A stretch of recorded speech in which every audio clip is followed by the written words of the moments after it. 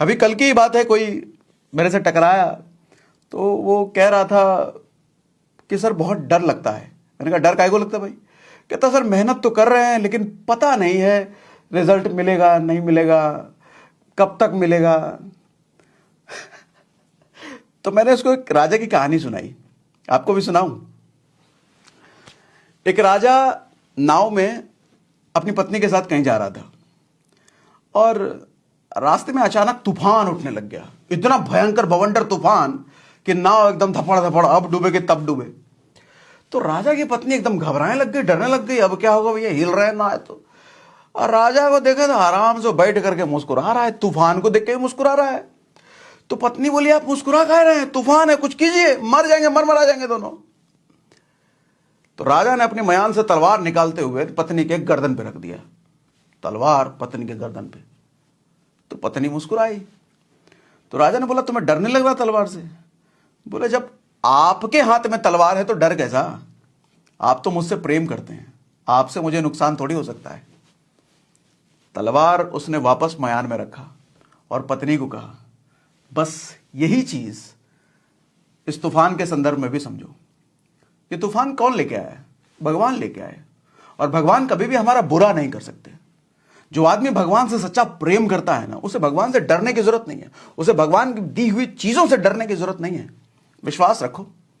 Moral of the story ये है कि आप जिस सिचुएशन से आप गुजर रहे हो ना सर, वो सिचुएशन अगर आपने क्रिएट नहीं करी है, अगर अचानक आपके साथ कोई मुसीबत आपदा आई है तो डरने की जरूरत नहीं है। हरिवंश राय बच्चन का एक बहुत अच्छा लाइन है कि अपने मन का हो तो अच्छा, अपने मन का ना हो तो और अच्छा। क्योंकि जो अपने मन का होता है तो अपने मन का हो ही रहा है, लेकिन जो अपने मन का ना हो रहा है, कुछ अचानक चीज आ गई जिसे आप विपदा मुसीबत समझ रहे हो, भगवान ने आपके लिए कुछ सोचा है। और भगवान से अगर आपका प्रेम सच्चा है तो भगवान आपके लिए कभी बुरा नहीं करेगा। हाँ, करंट हालत में अभी हमारे को लगता है कि मेरे साथ ही ऐसा क्यों हो रहा है सर, उसमें भी कुछ ना कुछ अच्छा ही है।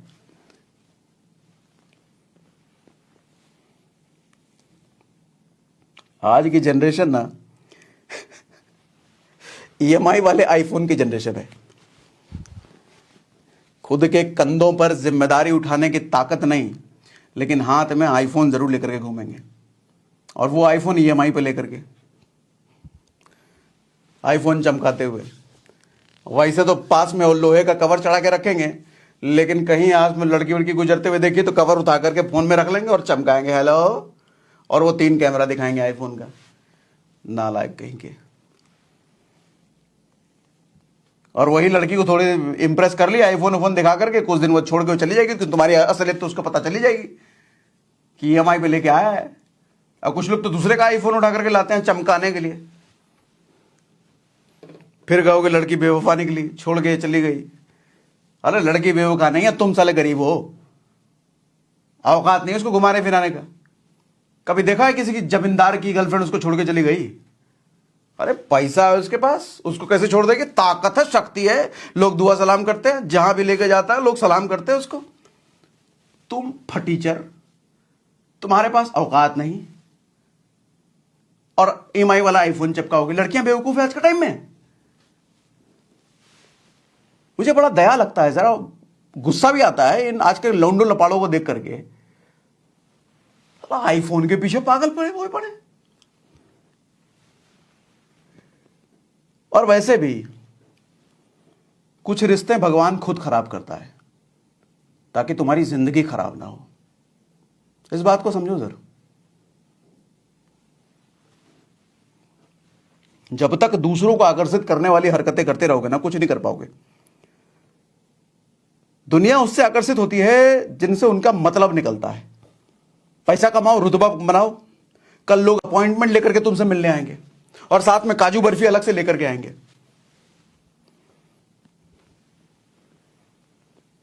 इज्जत पाने का लाइसेंस बना रखा है आज के टाइम में आईफोन, पैसा। और जिसके पास पैसा है उसके पास रुतबा है, इज्जत है। उन लोगों की बातों में कभी मत आना जो लोग कहते हैं कि हमने पैसा भले ही नहीं कमाया लेकिन इज्जत बहुत कमाया। गलत फहमी में हो आप, इज्जत भी नहीं कमाया है। हाँ, लोग अगर आपको 2 बातें बुरी नहीं सुना रहे हैं, 2 थप्पड़ अगर नहीं मार रहे हैं, इट डजंट मीन कि इज्जत बहुत कमाया आपने। आपकी कोई परवाह नहीं करता सर, ये समझ लो, इज्जत बहुत कमाया। पैसा पैसा कमाओ सर, पैसा रुतबा बनाओ। लेकिन हाँ, वो पैसा किसी की बुराई पर नहीं, किसी का बुरा करके नहीं, किसी के दिल को ठेस पहुंचा के नहीं, किसी की हाय लेकर के नहीं। वो पैसा मेहनत से आना चाहिए, मेहनत से। और आज 21वीं सदी में पैसा कमाना आसान है सर। इंटरनेट एरा में पैसा कमाना कौन सा मुश्किल काम है? इतने सारे ऑप्शन है पैसा कमाने के लिए। गूगल पे सर्च तो करो, how to make money online.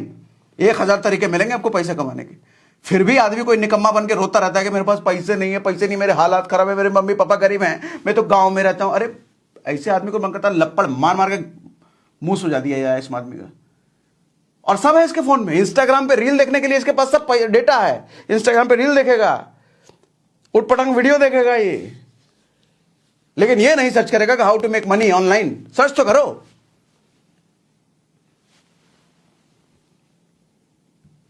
बंद करना होगा सर खुद को। कामयाबी का दरवाजा तभी खुलता है जब कमरे का दरवाजा बंद होता है। 6-7 महीने के लिए मैं तो कहता हूं मर जाओ। कहने का मतलब अपने आप को बंद कर लो कमरे में, झोंक दो अपने आप को, अपने मन पर काम करना शुरू करो सर 6 महीने के लिए। मन से वो सारे काम करवाओ जिसमें मन कहता है कि ये मत करना, नहीं नहीं नहीं। किताब पढ़ने में मन नहीं लगता सर, झोंक दो 6 महीने के लिए किताब पढ़ने में। अच्छे ट्रेनिंग वीडियोस देखने में मन नहीं लगता, ऊट पटांग तो वीडियो देखते ही हो ना। अच्छे ट्रेनिंग वीडियो देखने में मन नहीं लगता, उबासी आती है, वो देख झोंक दो 6 महीने के लिए।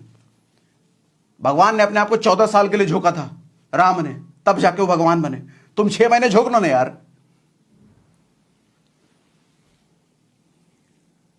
और जब 6 महीने बाद कमरे से बाहर निकल के आओगे ना, सूरज की तरह वो लाली लेकर के आओगे, जो भी तुम्हारी तरफ देखेगा आंखें चौड़ी आ जाएंगी उसकी। ओह क्या बन के निकला है ये। आदमी को पब्लिक में सम्मान उसी काम के लिए मिलता है जो आदमी प्राइवेट इमेजेस के लिए मेहनत कर रहा होता है। 6 महीने के लिए मर जाओ सर, मर जाओ। मैं तो लिटरली ये कह रहा हूं, 6 महीने के लिए बंद हो जाओ। दुनिया को नजर नहीं आना चाहिए। लोग मान ले तो मर गया लग रहा है, इसका सोशल मीडिया पर कोई पोस्ट भी नहीं आ रहा है, कोई लाइक भी नहीं आ रहा है, कोई खोज खबर नहीं है।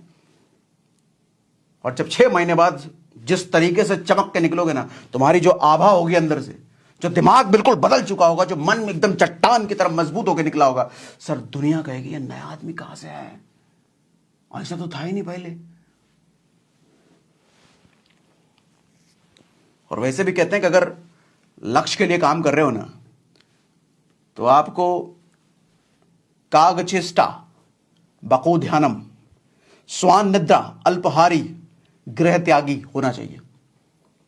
मतलब कागचेष्टा, कौवे की तरह बार बार चेष्टा करने की नियत होनी चाहिए आपको। एक बार नहीं हुआ दोबारा करेंगे, दोबारा नहीं हुआ तिबारा करेंगे, तिबारा नहीं हुआ चौबारा करेंगे। बको ध्यानम, बगुले की तरह ध्यान होना चाहिए। एक चीज पर जिस पर ध्यान लगा तो लगा। ये नहीं कि बगल से लड़की जा रही, बहुत अच्छी, सही है, नहीं नहीं पढ़ना है, मेरे को पढ़ना है, पढ़ना है। स्वान निद्रा, कुत्ते की तरह नींद होनी चाहिए। कुत्ते का नींद देखा है, हल्की सी भी आवाज होती है छटपटा के उठ जाता है वो। ऐसे कि नहीं भैंसे की तरह सोए जा रहे हैं, अरे 6 बज गया उठो साले। अल्पहारी, गेंडे की तरह मत खाओ, पिज्जा दबाए जा रहा है, बर्गर पिज्जा कुछ भी जहां देखा लपेट लिए। गृह त्यागी, गृह त्यागी का मतलब घर छोड़ने के लिए नहीं कह रहा मैं। गृह त्यागी का मतलब, घर का मतलब क्या होता है? घर वो जगह होती है जहां आदमी कंफर्ट में रहता है, कंफर्ट जोन, आराम जहां मिलता है। वो जगह को छोड़ दो जहां आप आराम से रहते हो, उस जगह से निकल जाओ जहां आपको आराम मिलता है। क्योंकि जहां आराम है वहां तपस्या नहीं कर सकते सर। पहले लोग, राजा लोग अपना राजपाट छोड़ करके जंगलों में निकल जाते थे तपस्या करने के लिए। महल में रहकर तपस्या नहीं होती है। तपस्या करने के लिए घर छोड़ना पड़ेगा। घर छोड़ने का मतलब अपना वो जगह छोड़ना पड़ेगा जहां आराम मिलता है, तब जाके तपस्या होती है। और समय की कदर करो। असल में समझदार वही है जो समय को समझदारी से खर्च करना जानता है। हनुमान जी जब पहली बार लंका गए थे ना, तो देखे कि अशोक वाटिका के चारों तरफ भैया राक्षस राक्षस हैं। हनुमान जी में इतनी ताकत तो थी कि सारे राक्षसों से निपटते हुए सीता जी को उठा करके ले आते। लेकिन उन्होंने सोचा, दिमाग लगाया, बुद्धि लगाया, समय नहीं खराब करना है मुझे, उन सबसे लड़ने में टाइम वेस्ट नहीं करना। अपना रूप इतना छोटा कर लिया, रूप छोटा करके चुपचाप सीता जी के पास गए, उनसे मिल लिए। वो निखट्टू लोग होते हैं जो अपना, ताकतवर इंसान कभी भी समय खराब नहीं करता सर। बेवकूफ इंसान किसी से भी बढ़ जाता है। सब्जी वाले से 5 रुपए के लिए लड़ जाएगा, रिक्शे वाले से 10 रुपए के लिए लड़ जाएगा, इंटरनेट पे एक 100 रुपए का डिस्काउंट कूपन कोड ढूंढने के लिए इंटरनेट पे 1-1 घंटा लगाता है। वो गधे, बेवकूफ है, निकम्मे हैं। उसको 1 घंटे की वैल्यू पता नहीं है। 1 घंटे में सर कोई ढंग का काम कर लेते या इंटरनेट पे कोई अच्छी चीज देख लेते तो ज्ञान बढ़ जाता। 100 रुपए बचाकर क्या हासिल कर लिए? अमीर बन गए, करोड़पति बन गए। कल भी गरीब थे, आज भी गरीब रहोगे और कल भी निश्चित गरीब रहोगे ऐसी हरकत करोगे तो। अरे 5 रुपए एक्स्ट्रा अगर रिक्शे वाले को दे ही दिए तो क्या चला गया?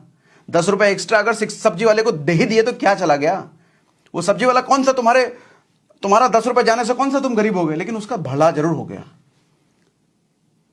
सर मैं तो कहता हूं कि ऐसे लोगों से कभी बार्गेनिंग नहीं करनी चाहिए जो आपसे औकात में बहुत छोटे हैं। मैं रिक्शे वालों से कभी बार्गेनिंग नहीं करता, सब्जी वालों से कभी बार्गेनिंग नहीं करता। क्या होगा, 5 रुपए ज्यादा ही तो ले लेगा।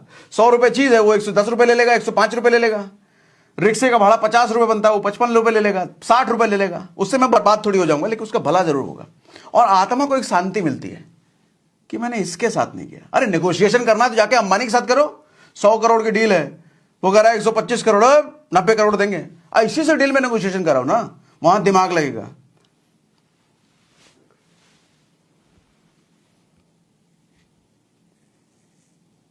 मेरा एक जानने वाला था, उसको होंडा सिटी गाड़ी लेनी थी, दिल्ली में रहता था। वो लखनऊ चला गया होंडा सिटी खरीदने के लिए। क्यों मालूम? लखनऊ में 15,000 रुपये कम मिल रहा था। अरे 15,000 रुपये कम करने के लिए दिल्ली से लखनऊ चला गया और वहां से गाड़ी चला के लाया। मैं कहूं बाप रे बाप, ऐसे ऐसे लोग एग्जिस्ट करते हैं दुनिया में। ये आदमी क्या करेगा आगे चल के? सर लोग निकम्मे इसीलिए रह जाते हैं कि उनको जाना 100 किलोमीटर है 2 घंटे में, लेकिन चल रहे हैं 20 की स्पीड से। 20 की स्पीड से चलोगे तो कभी भी 2 घंटे में 100 किलोमीटर नहीं पहुंच सकते। सर 100 किलोमीटर 2 घंटे में पहुंचना है तो 60 की स्पीड 50 की स्पीड पकड़नी पड़ेगी। आज आपको कमाना है 5 करोड़ रुपए महीना, लेकिन हरकतें सारे 5,000 रुपए महीने वाली नहीं है। पोल बनाओगे बड़े बड़े, लेकिन आरस से घिरे पड़े हो। आज मौसम बहुत ठीक है, पकौड़े खाएंगे, आज काम पे नहीं जाएंगे, निकम्मे कहेंगे।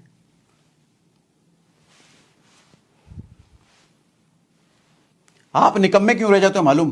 क्योंकि अपने हर दिन को जीने का तरीका आपको नहीं मालूम है। सर सुबह जब जागते हो और रात को जब सोते हो, वो पूरा दिन आपको अपना काम प्रायोरिटी के सीक्वेंस में करना चाहिए। मतलब जो आपकी जिंदगी में सबसे ज्यादा हाई प्रायोरिटी चीज है, उसको सबसे पहले करो, क्योंकि मिस ना हो जाए। बाद के लिए छोड़ोगे तो कोई दूसरा काम आके मिस हो जाएगा। अब जैसे सुबह उठो तो सबसे ज्यादा जरूरी किसी भी आदमी के लिए क्या चीज होती है? कौन सी ऐसी चीज जिससे उसका वजूद ही खत्म हो जाता है? शरीर। तो सुबह सबसे पहले उठो तो सबसे पहले अपने शरीर के लिए काम करो। थोड़ी एक्सरसाइज कर लो, 10 मिनट, 15 मिनट, 20 मिनट। और उसके बाद कौन सी चीज है जिसकी वजह से उसको अपने काम में तरक्की मिलती है? मन। जिसकी वजह से वो अच्छा जीवन बिताता है, मन। सर अपने मन पर थोड़ा काम कर लो, 10 मिनट, 15 मिनट, मेडिटेट कर लो। और तीसरी चीज आती है आपके स्किल, जिसकी वजह से आप पैसा कमाते हो, उस पर थोड़ा काम कर लो। किताबें पढ़ लो, सेल्फ इंप्रूवमेंट, कुछ नया सीख लो। लेकिन करते क्या? सुबह उठे तो भैया मोबाइल चल रहा है, व्हाट्सएप, फेसबुक, कमेंट, इसने कमेंट नहीं किया, या इसके बाद इसको भी कमेंट नहीं करूंगा। अरे मनीषा का कमेंट आया, नौटंकी में लग गए, 1.5 घंटा उसमें निकाल दिया।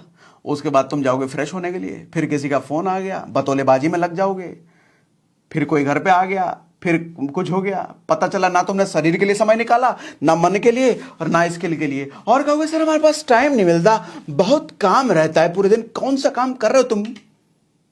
बहुत काम रहता है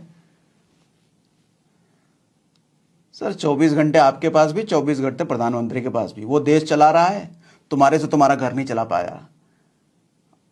लोग कहते हैं आज के टाइम में लोगों के पास समय नहीं है। समय बहुत है, हरामखोरी ज्यादा है आज। पहले इतनी हरामखोरी नहीं थी। और हरामखोरी का एक बड़ा हथियार हमारे हाथ में फोन है ना। चेक करो कितने घंटे फोन में इस्तेमाल करते हो। सर 10-10 घंटे, 12-12 घंटे, 10 घंटे तो कम कह रहा हूं, लोग 15-15, 16-16 घंटे फोन पे बिताते हैं।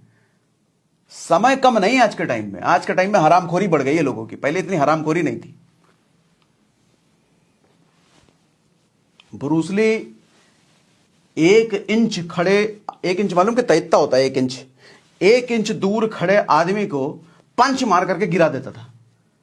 सर पंच मार करके 1 इंच खड़े दूर आदमी को आप हिला भी नहीं पाओगे, वो ऐसा पंच मारता गिर जाता था आदमी। 1 इंच दूर खड़ा लकड़ी है तो मार के तोड़ देता था वो। क्यों मालूम? हर रोज 2000 पंचेस की प्रैक्टिस करता था वो, हर रोज। आप अपने काम की कितनी प्रैक्टिस करते हो जरा बताओ तो? ढंग से 1 घंटे भी नहीं देते होगे, 1 घंटे को भी टुकड़ों में देते होगे, 1 घंटे में भी 10 बार फोन उठाते होगे।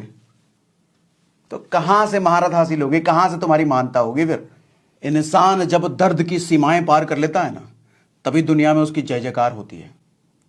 महाभारत में कर्ण, सर आपके शरीर में एक चूही चुभ जाए ना, सोचो कितना दर्द होता है। उसने अपने शरीर से, उसके शरीर से चिपका हुआ कवच छुरी से काट काट करके अलग कर दिया, पूरा शरीर छील दिया उसने। और लोग कहते हैं कि भगवान कृष्ण ने योजना बनाई उसको मारने की। सर भगवान कृष्ण ने अगर उसको मारने की योजना नहीं बनाई होती ना, तो सर वो योद्धा कर्ण रहता, महादानवीर योद्धा कर्ण नहीं कहलाता। भगवान अगर किसी से कुछ लेते हैं ना, तो उससे बहुत ज्यादा कुछ उसे देते भी हैं। भगवान अगर मौत भी देते हैं ना, तो बदले में उसको अमरता देते हैं। जैसे कर्ण कौरवों के साइड होने के बावजूद भी आज अमर है। दुर्योधन अमर नहीं है, लोग दुर्योधन का नाम नहीं लेते, कर्ण का लेते हैं, क्योंकि भगवान ने उसके लिए योजना बनाई।